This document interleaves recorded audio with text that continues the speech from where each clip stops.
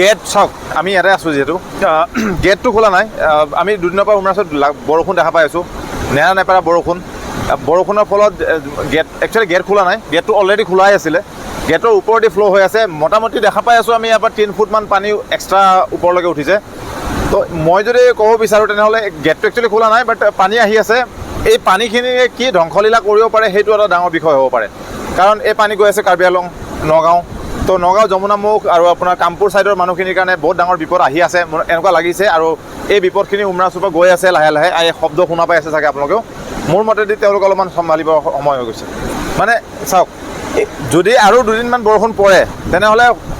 একদম সঁচা কথা যে নগাঁও কাৰ্বি আংলং আৰু এনেকৈ যোনটো এই জোন যোনটো আছে কপিলি পানী স্পৰ্শ কৰা গোটেই জোনটো সাৱধান হ'ব সময় হৈছে মোৰ মতেদি এটা বহুত ডাঙৰ বানপানীৰ